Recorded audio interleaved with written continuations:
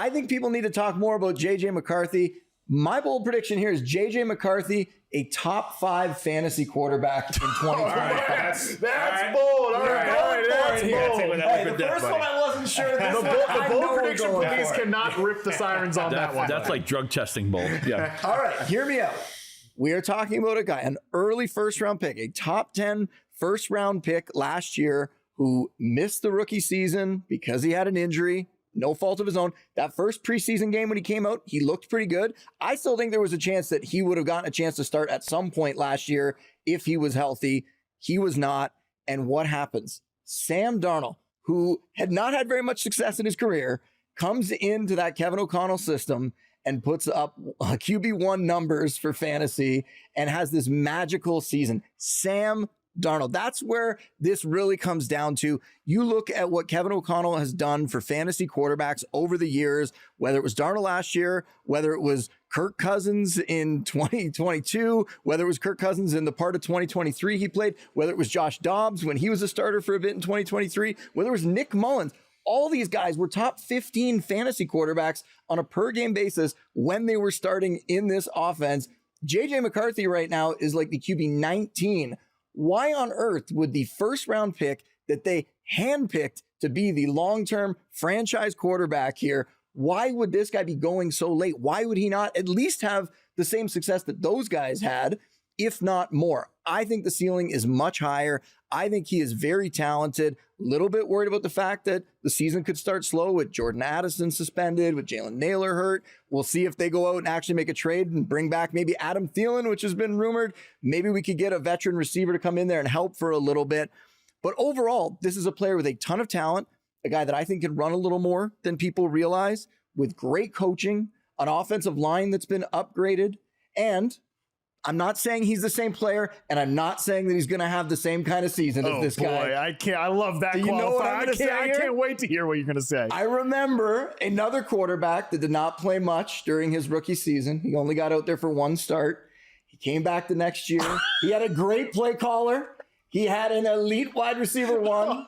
He had a very strong tight end. Patrick Mahomes had an incredible year that first season. I'm not saying McCarthy is going to throw for 50 touchdowns and 5,000 yards, but I'm saying there is a really, really big ceiling here in that environment for him. This guy's going to surprise a lot of people. I think he is a great fantasy pick, and you can get him for free at the end of draft. I mean, stop the show. We're not going to get any better. Also, I mean, if the social media team hasn't put out like, I'm not saying he's Patrick Mahomes, but from Justin Boone with the graphic there. I mean, that was elite stuff. We're just one quick thing before I throw it to Scott, because I know you've got something. Your face is screaming. I've got something to say. We did. Remember, we pre-taped this. Maybe Adam Thielen's already on the Minnesota Vikings right now. That is true. That is worth saying there. But Scotty, let it rip, buddy. I mean, I agree with the soul of what Justin had to say, right? I mean, I would follow Kevin O'Connell. I agree with the soul. We're trying to be bold here. I mean, I always say it. I would follow Kevin O'Connell into a burning building. He listed all these journeyman quarterbacks that O'Connell has gotten unbelievable production from. I'm just concerned when I look at the shape of this team. Great offensive line, defense I like, 2 running backs that we like, and we'll talk about one of them later on this show, that the early part of the season is going to be like, let's get JJ McCarthy some of those 18 for 25 games. Let's get him into pitcher counts. Let's not ask him to carry the show. He's not going to have his full complement of receivers right away. So it might be one of those wait for it. 6 weeks into the season, JJ McCarthy's quarterback 17, quarterback 18, something like that. And maybe he picks up steam in the second half of the year, which is why I don't think he can get to maybe, it's supposed to be a bold prediction. I understand why Justin put it into the top 5 range.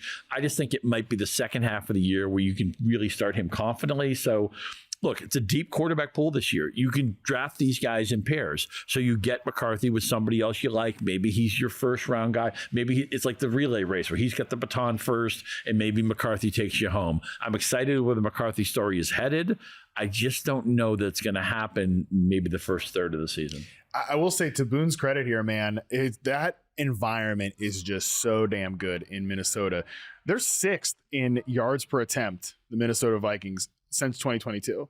And it has been a carousel there. So the environment is good enough to do it. Top 5 fantasy quarterback, though, Titus, that is a big thing to ask here. Yeah, I mean, shoot, forget top 5 fantasy quarterback, just the next Patrick Mahomes. Right. I think that was the hot take for real.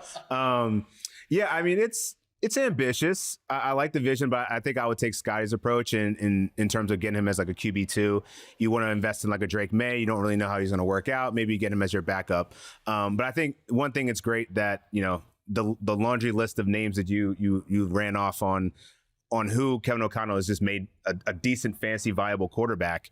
It's got to bode well for JJ McCarthy. And all the stuff I'm reading is that his IQ is great.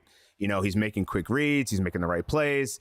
I do think that they're going to be leaning on the run a lot, but that doesn't mean that he can't cook also in the pass game. That's only going to open up, opportunities for Justin Jefferson. And whenever Addison comes back and after 3 games, I think that's when we'll kind of see some realism to your and Justin prediction. pointed out the ADP is very reasonable. Yeah. So, even if this is wrong, how much can it really hurt you? Yeah.